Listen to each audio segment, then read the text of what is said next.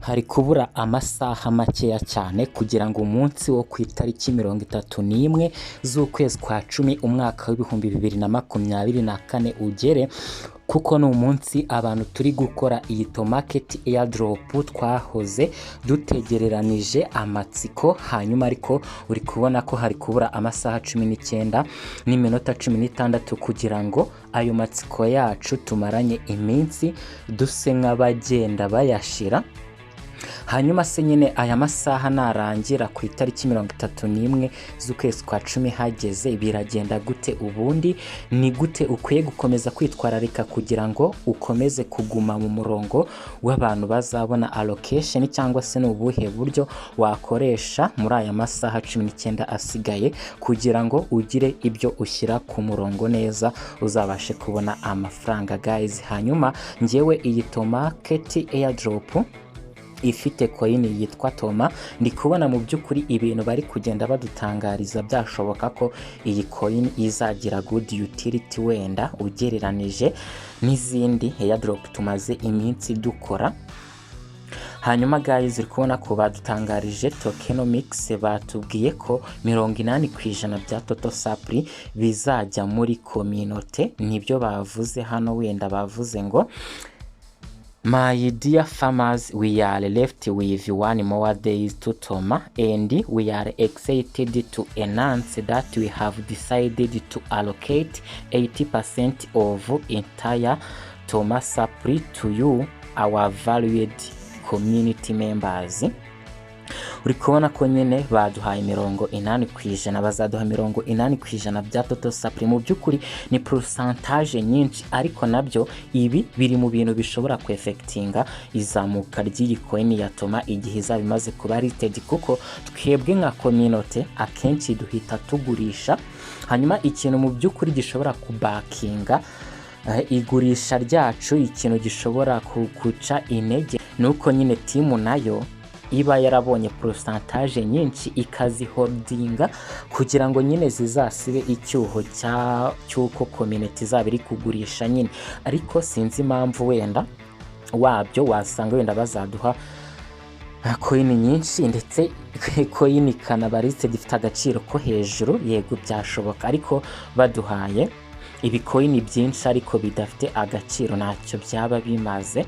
Hanyuma uri kubona ko bavuze ngo after tough discussion with team, we unanimously agreed that the users should receive the majority share.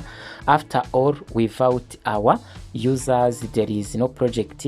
Your support is what made Tomarket possible. Mu by'ukuri ikintu bari kuvuga cyo ndi kubona bari kuduha agaciro, ndetse bakanabisobanura ko twebwe nka community nitwe twatumye Tomarket ishoboka, kuko tudahari na project yari kuba, kuko izi project ziba zishingiye kuri community. Kuko nyine ubundi uko ko airdrop cyangwa se project yakabonye community iri hejuru, byagatumye coin izamuka mu gihe ibimaze kuba listed, kuko nyine ibizwi n'abantu benshi. Ngira ngo kwamamara niyo nkomoko nyine yo kugafata. Ariko reba ukuntu Hamster Combat yamamaye. Ariko gusa nyine reka turebe, bari kuvuga ko ibyo ngibyo ari byo badutangarije hano muri ibi bintu ngiye kugusobanurira. Bavuze ngo, cyangwa se nkuko nanjye nakubwiye, ni ese mu by'ukuri aya masaha narangira ubundi bizagenda gute? Twitegure kuzahita dutradinga se? Oya, aya masaha narangira bazahita bakora icyitwa Snapchat,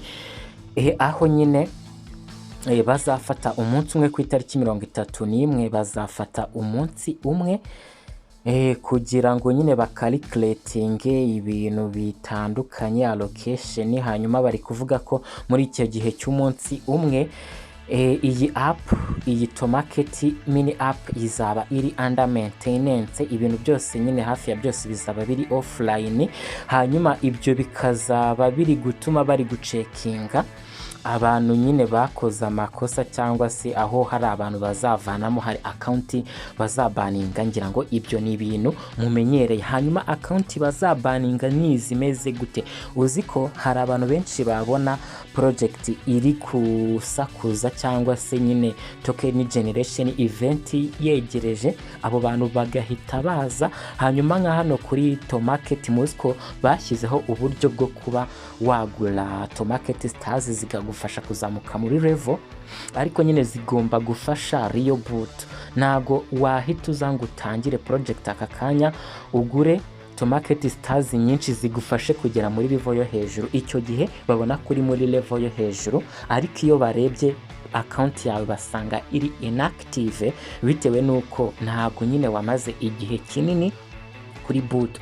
Niyo mpamvu njya mvuga ngo mbere yo gutanga Telegram stars zawe cyangwa se toni yawe ugomba kuba byibuze umaze nk'amezi 2. Mwibuke ako kantu njya nkavuga, niba waramaze amezi 2, ukwezi kumwe cyangwa se amezi 3 uri gutakaza igihe cyawe kuri iyi Tomarket, ugomba gukora ibisabwa byose guys. Nabo muri kubona ko ari ibintu baba bari kuvuga guys, kuko ngerageza kuguha amakuru ya nyayo, mujye mugerageza munyumve neza guys, steps zose muzajya musanga ibintu mbabwira ariko biba bimeze. Hanyuma n'abandi bantu nyine wenda bagiye bakora ibintu bitari ngombwa, abantu bagiye bagerageza kwitumira referral account will be stopped.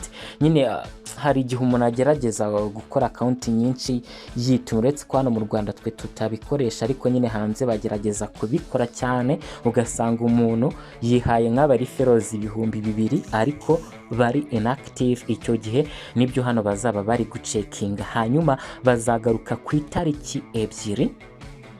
Ku itariki 2 saa 6 zuzuye nibwo bazahita batwereka coin zacu bagendeye ku bintu nyine twakoze, niba turi muri level ya kangahe gusa. Ariko hari abantu nyine guys wenda batishyuye Telegram stars 250, hari abantu batishyuye toni coin imwe, cyangwa se mu yandi magambo hari abantu batari muri Premium Medal. Abo bantu nabo bazabona ku mafaranga bazabona kuri Airdrop, kuko uri kubona ko ikibyemeza nuko hano bavuze ngo yeah of course Premium Medal owners get extra benefit. Twebwe bo muri Premium cyasa abantu twaguze iyi medal tuzabona izindi nyungu z'inyongera nyine, ariko n'ubundi umuntu wujuje biriya bintu bitatu bisabwa, kuba ari muri level ya 4 bronze 4, kuba afite Tomarket emoji kuri username ye kuri Telegram, kuba harya eligibility ya 3 ni yihe ubwo ngubwo niyo kuba yara connectinze Bitget wallet yego. Ibyo bitatu nibo byujuje n'undi uzabona ku mafaranga, ariko wowe wongeyeho kuba ufite Premium Medal uzabona amafaranga y'inyongera. Ariko nanone umuntu uri muri level ya gold akaba anafite Premium, nawe hari utundi dufaranga tumutegereje twinyongera azabona. Hanyuma reka nze hano kuri launch app, nabonye hari akantu gasa nkaho bongeyemo.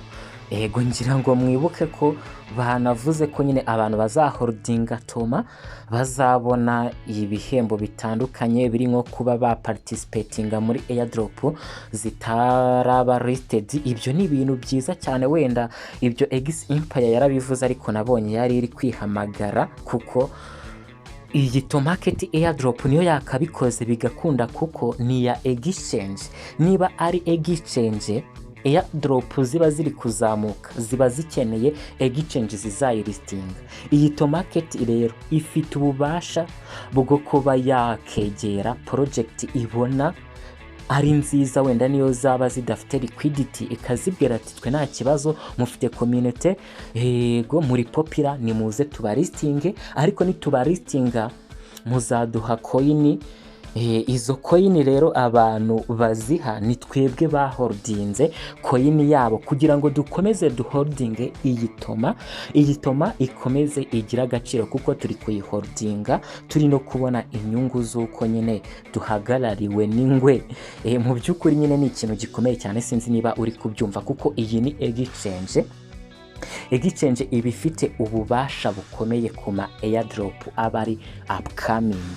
Ngira ngo icyo kintu ucyumve unagiha agaciro ugishyireho point guys. Hanyuma reka twikomereze tuze hano kuri inta. Nituze hano kuri inta uri kubona ko nyine iyi farming pool iri coming soon. Ngira ngo ibyo narabibabwiye cyane ko iyo unatumiye abantu bakaza muri iyi farming pool, gusa wenda nyine ntago barabifungura, bazabifungura batwereke uko tuzabikora, uko tuzaparticipatinga muri iyi farming pool, ndetse nanjye nzayijyamo kuzafata nka 20% cyangwa se 30% bya coin bazama nkazizana hano muri farming, kubera ko nzi ikizavamo, kuko nzi ko iyi ari exchange nzaba ndi gukorera, ni exchange nzaba ndi guholdingira coin zayo, bikazamfasha kuzajya participatinga muri coin, kandi izo coin zizajya ziba zizewe nyine kuko tuzaba twazihawe na verified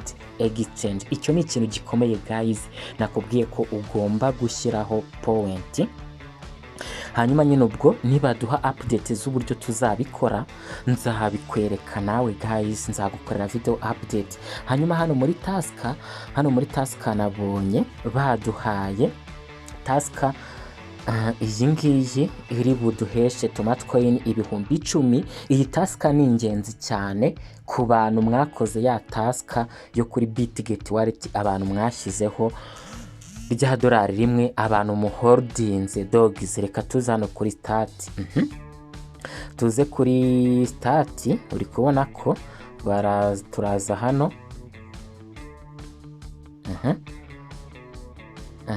Bitget wallet life, nkuko navuze ko iyi project nyine ari ya Bitget wallet. Turi kubona ko twakoze ya task yo guholdinga dogs. Hanyuma iyi task nyine ni y'abantu bamaze igihe kinini nyine bakoresha nyine iri ya Bitget. Uri kubona ko hano bavuze ngo the multi-chain wallet of choice for 40 million users. Hanyuma I have read agree user agreement and privacy policy. Ndaza hano kuri agree, nza hano kuri create wallet. Hanyuma ninza kuri create wallet baransaba gusettinga password ndayishyiramo nyine mutareba, reka nkora pause gato. Nyimara gushyiramo password ndetse nkayisubiramo, uri kubona ko bari kumbwira ngo barimo gukereya wallet yawe. Hanyuma uri kubona ko bahise bama point 10,000,000. Hanyuma bari kumbwira ko nshobora kuba naziswapinga, gusa sinzi niba nyine hano byaba byemewe, gusa bakansaba no kuba natumira abantu. Hanyuma nyine reka wenda tuza hano kuri swap turebe ibyo ari byo. Nituza kuri swap baratubwira ko iyi mini app itabisapotinga, badusabe kuza hano kuri Bitget wallet. Hanyuma ndategereza nitonze. Bitget wallet, okay, bihita bikunda cyane, bahita bandirectinga muri Bitget wallet. Hanyuma ubwo ndategereza nitonze turebe, gusa nyine wenda wasanga zira ariko nyine wenda zizanagira agaciro mu gihe kiri imbere, nkuko batangiye kutubwira ko nyine bazajya baduhuza n'izindi airdrop project ziri coming, cyane ko ari ibintu bishoboka cyane. Gusa hano ndakeka nta kintu gishobora gukunda, kuko ziriya bambwiraga ngo hano ntago byakunda guys. Reka twe gukora ibintu tutazi turi gushakisha. Nzashakisha amakuru yizewe, wenda iriya task nayo wayifungura kuriya bakaguha biriya 10,000 bya tomato. Nicyo kintu naringamije, nashakaga kukwereka nyine uburyo wabona biriya 10,000 bya tomato. Hanyuma iby'iyi wallet wenda reka tuzabigerageze nyuma, banaduhaye wenda update cyangwa se nanjye nashakishije hirya no hino.